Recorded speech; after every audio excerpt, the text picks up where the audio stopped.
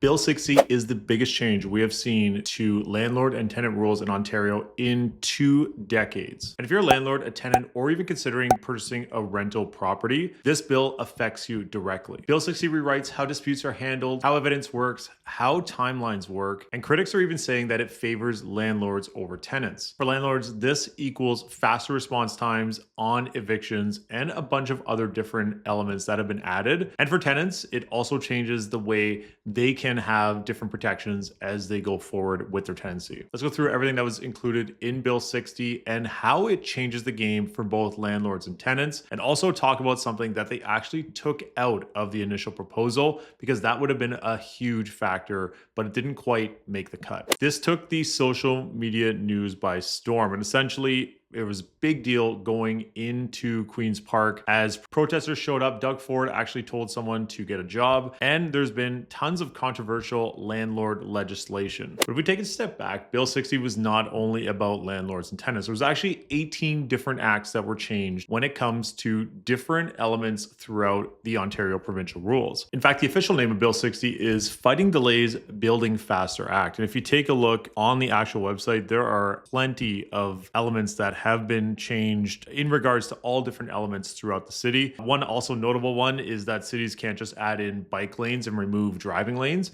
So that's one that has been getting a lot of flack as well. But the tenant landlord conversation has created the biggest spark across all media outlets. I actually had to go through a bunch of news articles. It actually took me quite some time to find all the details of what exactly is included and not included in this Bill 60. There is a full breakdown on their website, but you do have to cross-reference with some of the old rules. There's also amendments, as mentioned, to construction, transit, roadways, municipal water management, and other measures. Now, one of the things that is important to note is that this is not yet fully passed. It still has to go through Royal Assent, which I guess is happening later this week if you're watching here, and the last week of November 2025. And there are some cities that are actually opposing the bill, especially when it comes to landlord and tenants. And a lot of people are talking how it will create more homelessness in some of the major cities across the province. This is also coming on the heels of one of the hottest rental quarters we have seen in many years. In fact, in 2025, we have had more rents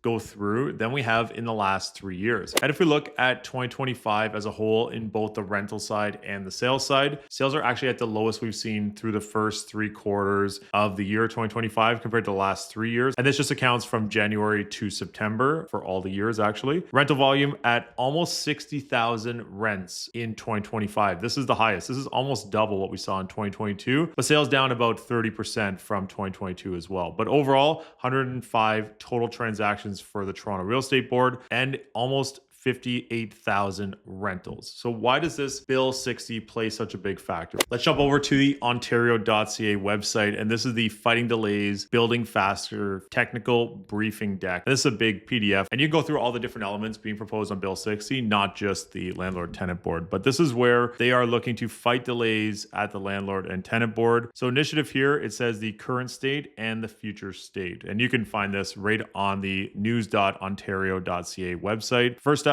remove the ability to raise new issues on the day of a rent arrears hearing. So currently, when a landlord files an application with the LTV to evict a tenant for non-payment of rent or collect rent a tenant owes, the current Residential Tenancies Act allows the tenant to raise certain issues as part of a counterclaim on the day of a hearing, even if they have not provided any notice, as long as they provide a satisfactory reason for not raising them in advance. If there's insufficient time for the adjudicator to hear these new issues, the hearing may be adjourned and rescheduled. Current wait time for a new hearing due to adjournment is 6 weeks to 12 months, depending on the complexity of the case. So in that scenario, if a tenant's not paying their rent and there's a N4 that's been provided, it goes to court. And once you're in court, that's when the tenant can actually create a counterclaim as to why they're not paying rent. And if nothing's been resolved on that day, the court case could get pushed back by 6 weeks to 12 months, further delaying the amount of time a tenant stays in the property. Under the new rules, bills, they're going to remove the ability to raise new issues at the rent arrears hearing if the tenant has not given prior notice to in accordance with LTV timelines. That change could result in fewer non-payment of rent cases experiencing lengthy delays and a reduction in the financial losses of landlords. This would strictly require the tenants to give prior notice, potentially reducing instances where hearings must be adjourned due to insufficient time for the LTV adjudicator to hear new issues. And that's definitely a positive in that regard. Limit new issues raised at the LTV unless 50% of arrears is paid. Currently, when a rent arrears hearing is on the way, it allows a tenant to raise a counterclaim based on any ground on which the tenant would be entitled to make an application to LTV. That's going to get changed where the tenant can raise new issues at an LTV rent arrears hearing only if they've paid 50% of the rent arrears claimed in the landlord's application. This may reduce instances of tenants who withhold rent in bad faith. Limit when the LTV can review decisions. This is where the LTV has discretion to review a final order where the order contains a serious error or a party was not reasonably able to participate in the proceeding. Files that are reopened for review have the potential to delay decisions by an additional 4 to 9 weeks. Proposed changes would provide the Attorney General regulation making authority to limit the circumstances where a final decision or order of the LTV can be reviewed. This would lead to faster resolutions of disputes, fewer delays, and reduce financial hardship for both landlords and tenants, and lessen the administrative burden on the LTV. Persistent late payment cases. This is where the RTA allows for eviction of tenant or member of a nonprofit housing co-op who has persistently failed to pay their rent or monthly housing charges on the due date. It's not something that's been defined in the RTA. The changes would create authority in a future regulation set out circumstances qualify as persistent late payments of rent. This is where they would include it in the regulation and provide consistency and fairness across late payment cases. Reduce the time parties have to request a review from 30 to 15 days. Currently, landlords and tenants have 30 days to request that the LTV review a decision or final order. That's going to change to 15 days and extended by the LTV in extenuating circumstances, hospitalization of a party. Shortening the time period, requesting a review would lead to faster resolutions and reduce the likelihood of landlords and tenants experiencing financial losses. Allow government to prescribe contents of notice of determination, including the N4 form, which is the notice to end a tenancy early for non-payment of rent. And this is where the LTV currently has power to determine the content of its forms, including N4 other notices of tenancy termination, and people have expressed for plainer language in the LTV forms. And the change will allow Ontario to simplify forms, including notices of termination, easier understanding. Compensation requires for landlord's own use of evictions. This is where a landlord currently can evict a tenant if the landlord in good faith requires possession of the rental unit so that the landlord, their spouse, child, or parent, or caregiver can move into the unit for a period of at least 1 year under landlord's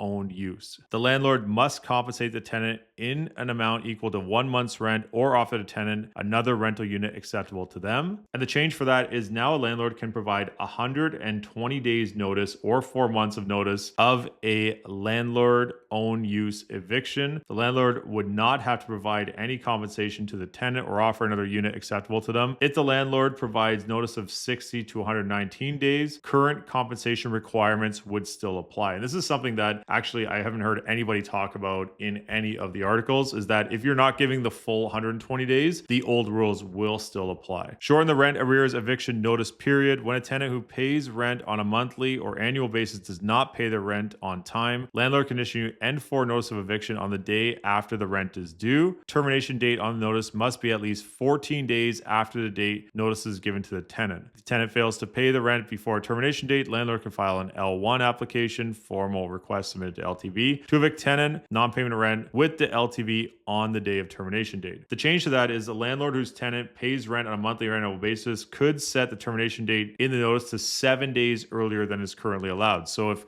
for example, rent's due on the 1st and you submit the N4 on the 2nd because rent wasn't paid, under the current rules, it would be 14 days from there. Now it's 7 days from there. If the tenant does not move out, the landlord could file an application with the LTV 7 days earlier than is currently allowed. So then they can file a full 1 week earlier. Next up, postponement of an eviction order. Currently, upon application of order evicting a tenant, the LTV adjudicator has the authority to order that the enforcement of the eviction order be postponed. postponed. For the proposed changes, this is where it creates authority in a future regulation set out factors where the LTV adjudicator would have to consider when determining whether to postpone eviction and set limits on their ability to postpone an eviction. Government will consult circumstances for which an LTV adjudicator may postpone the enforcement of an eviction. Setting aside eviction order. So currently, if there's an N11, which is a mutual agreement to end the tenancy, the LTV may issue an eviction order without a hearing. In these cases, tenants can make a motion to LTV to have the order set aside within 10 days after the order is issued. The change to that would just give more authority in future regulation to set out circumstances, conditions that must be met. Increase enforcement resources to reduce wait times to enforce LTV eviction orders once filed. Right now, they're filed and the sheriff is to enforce. And since 2019-20, enforcement officers across Ontario have seen a 40% increase in the filings of LTV orders. They're trying to create a 2 to 3 week turnaround to execute evictions. However, some offices in the provinces are experiencing delays. The plan is to add up to 8 temporary enforcement staff to address delays and ensure timely enforcement orders. Tribunals Ontario is looking to explore options to increase access to final landlord-tenant board decisions. Right now, the LTV is sending 5,000 to 10,000 orders to the Canadian Legal Information Institute to be posted online. There's been public interest in greater access to LTV orders than is currently available. With the change, they're looking to explore options to increase access to LTV decisions with the aim to provide greater access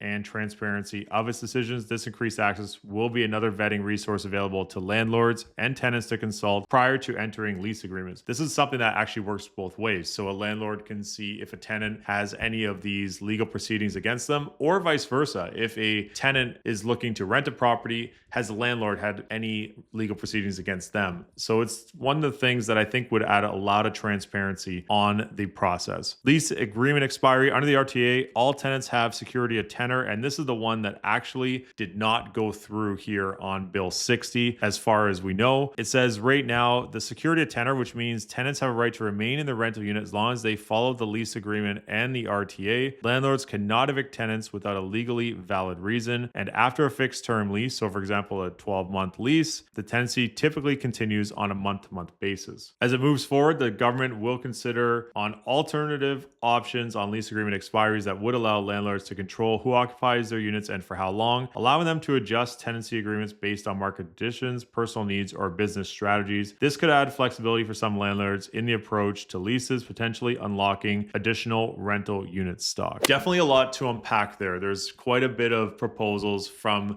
the current way that the landlord-tenant board has been providing resolutions versus what they're proposing moving forward. Overall, I think a lot of those moves are actually great moves for both landlords and tenants. And if there's tenants that are maybe taking advantage of not paying their rent on time, this is where landlords can actually have a faster way to get those eviction notices put in place and to ideally get the tenant evicted. I've actually personally been through that where it took almost 14 months to get a tenant out of a property, and it's not anything I would wish on anybody. So that's where having some faster roads to completion on both sides, both the landlord side and the tenant side, I think are great for both parties. And the one that didn't go through, the one where the tenancies do not go month to month, there's been a lot of backlash on that. And I see it on both sides where tenants want to know that they can stay in their property indefinitely on a month-to-month basis. But I also see it on the landlord side where maybe a landlord might be looking to sell a property or even just looking to maybe change tenants or anything of that nature. And one of the biggest backlashes on that is that if the landlord ends the tenancy, they're going to raise the rent dramatically for the next tenant. Overall, typically what I've seen across the board is that usually landlords want to keep great tenants in their units, especially the mom and pop landlords. For the corporations, that's a totally different thing. But from a mom and pop standpoint, most mom and pop landlords do want to keep great tenants in their property. And the cost of typically a 1 month's rent commission fee for getting a new tenant in the property offsets any raise in rents. And as an example, if someone's paying 1 month's rent to a realtor to help them have their property rented out through MLS, that 1 month's rent could equal to $100, $200 per month difference in rent payment if you factor that in across the year. So I'm not sure if it's something that will actually gain traction just because of that, maybe in a hot market, but in a downward trending market, it may not work that way. So So it's one of those things where I don't know if it would have as much of an impact as people think. If someone's paying closer to market rent, it would definitely have a bigger impact if someone's paying well below market rent versus what the rents are at today. I'd love to hear your thoughts in the comments down below on what you think of Bill 60. I'm Michael Ouzas. Thanks for watching.